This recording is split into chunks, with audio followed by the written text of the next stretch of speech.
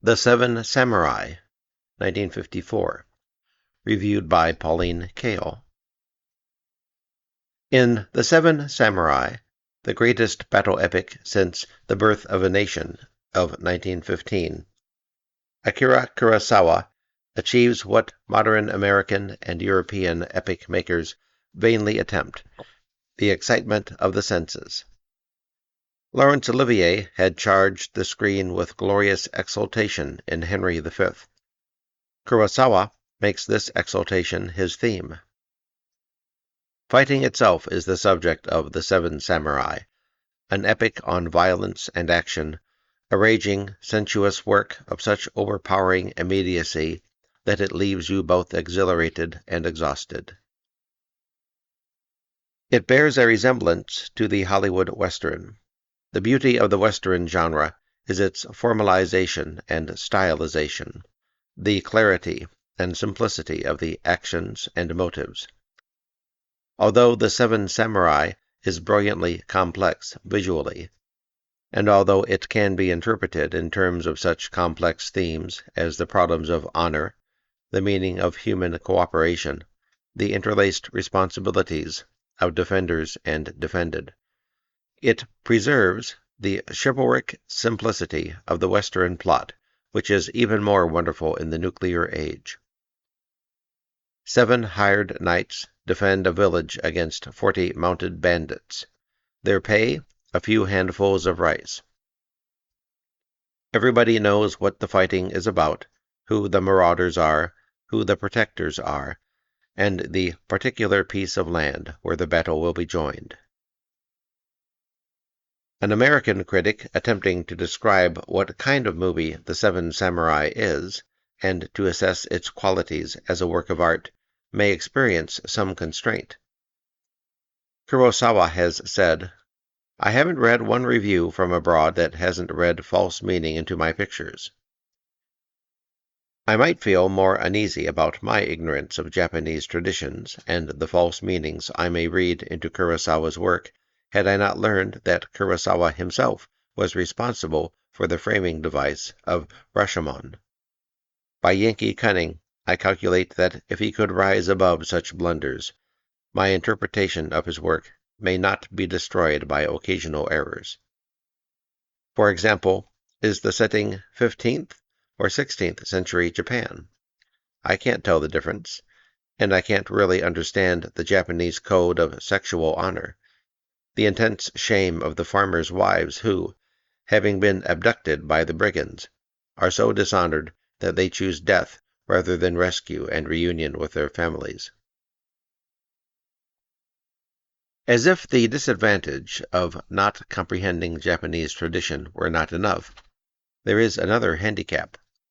In the now standard reference volume, The Japanese Film, Anderson and Ritchie point out that, quote, "The West, having seen only a much-cut print under the title The Magnificent Seven, has not yet seen what Kurosawa intended to show. The complete film has an epic-like quality, due in part to skillful repetition of events, which, in the opinion of many, puts it among the best films ever made, not only in Japan, but anywhere in the world." End quote. But all we can discuss is the movie we can see. A footnote: this production ran 3 hours 20 minutes in Japan, as shown at Venice in 1954. It ran 2 hours and 35 minutes. As later circulated in the United States, under the title The Magnificent Seven, it runs 2 hours 21 minutes. An American production, also called The Magnificent Seven, based on the story material of the Japanese film, but changing the samurai into gunmen, was released in 1960. End footnote. And even distorted by our point of view, and cut for our short span of attention, or was it cut so that people could get in and out of theaters faster? It's incomparable as a modern poem of force. There is an additional problem for this critic. The Seven Samurai is the kind of action-packed, thundering hoofs, death-dealing spectacle which is considered a man's picture. I propose to turn this hazard to my advantage by suggesting that the weaknesses of the film are closely linked to the limitations of this virile masculine genre. The Seven Samurai took over a year to photograph and cost $500,000. It was the biggest film made in Japan up to that time, and Toho, appalled at the time and costs, considered abandoning the project. Kurosawa employed a wide range of technical devices, an experimental use of super-powered telephoto lenses to make action and objects seem overwhelmingly close, deep focus, giant close-ups, slow motion, amazing tracking shots. The effect of these photographic methods and of the raw, fast editing is that The Seven Samurai doesn't seem like a historical or period film at all. Everything is going on now, right on top of us. Kurosawa can create diversion that doesn't divert from the subject. When the farmers scan the street for hungry samurai, he presents a little scherzo of elegant figures moving through humbler humanity. The stance, the formalized carriage of the samurai, gives substance to the farmers' desperate faith in them. Surely they could dispose of countless ordinary men. The pace and cinematic feeling, the verve, the humor are completely modern. Kurosawa is perhaps the greatest of all contemporary film craftsmen. His use of the horizon for compositional variety, the seemingly infinite camera angles, the compositions that are alive with action, the almost abstract use of trees, flowers, sky, rain, mud, and moving figures are all active. In The Seven Samurai, your eye does not rest. You do not see any of the static, careful arrangements, the crawling, overcomposed salon photography of Hollywood's big productions. The musical score is considered to be one of the best Japanese film scores ever written, but that really doesn't say much for it. There is no specifically Japanese tradition for film music, and the budgetary allowances for composers are minuscule. The result is what sounds to us like a parody of European music.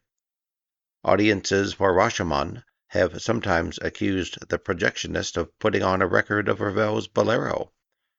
The music for The Seven Samurai is often absurdly anachronistic, with premature echoes of Old Man River, Ravel, American movie music for westerns, and others. This, however, is a minor weakness. There is a major weakness when violence itself becomes the theme, when it is treated with such extraordinary range that we are caught up in what is literally an epic of action. We need protagonists commensurate with the pictorial grandeur.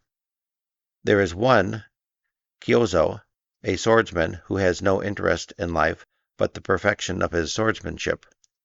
His early scenes in stills and slow motion, a fable of swordplay, which must then become futile sword death, are among the most beautiful in the film. But the principal characters are far more familiar, and at the creative level, familiarity should and must breed contempt. As the braggadocio link between the farmers and the samurai, Toshiro Mifune gives the movie much gusto, but he overplays. Like many another great ham, he calls too much attention to himself. No actor can do more with his knees and his behind than Mifune, but he also bares his teeth almost as often as Kirk Douglas. It is not merely that his defects as an actor jeopardize the spontaneity and uninhibited energy, but that his overacting exposes the clichés of the role, which is basically a comic turn. The role of Takashi Shimura is also a series of clichés. His Kanbei is the idealized father-leader figure, sage, kindly, selfless, mature, just. And there is the callow young hero who gets his sexual initiation, and so forth. When the battle is over and the village saved, one of the remaining samurai remarks, "Again we survive." Kanbei corrects him, "Again we lose. The winners are those farmers, not us." To have come so far for this, raging, stampeding violence, scenes of slaughter and devastation that, as Tony Richardson remarked, are not unworthy of the Goya of Los Desastres. And then this little deep thought, which is not only highly questionable, but ludicrously inadequate. It's as if the epic makers didn't realize that what we have witnessed overpowers such flabby little thoughts, which bear a dismal resemblance to the humanistic thinking of message westerns. Here is the problem of the men's action pictures. Either we get the ritual conflict of slick bad men versus strong silent heroes, that is, evil pitted against good in a frame of reference too silly to take seriously, or we get the ritual conflict set in the commonplaces of a shop-worn, socially conscious frame of reference, which tries to give depth and meaning to the ritual and succeeds only in destroying its beautiful simplicity. The Seven Samurai triumphs over these problems by pouring all its energies into the extremities of human experience, into conflict itself. But it still looks for social truths beyond the action, and provides an explicit content so banal that the epic beauties seem to be a virtuoso experience. Perhaps Kurosawa, like his obsessive master swordsman, has no thoughts beyond the perfection of his craft. Action is all. The pity is that he doesn't seem to know that in The Seven Samurai it is enough. Thank you for listening. In the description, I'll put links to my friend's old-time radio streams, which maybe you'd like to try.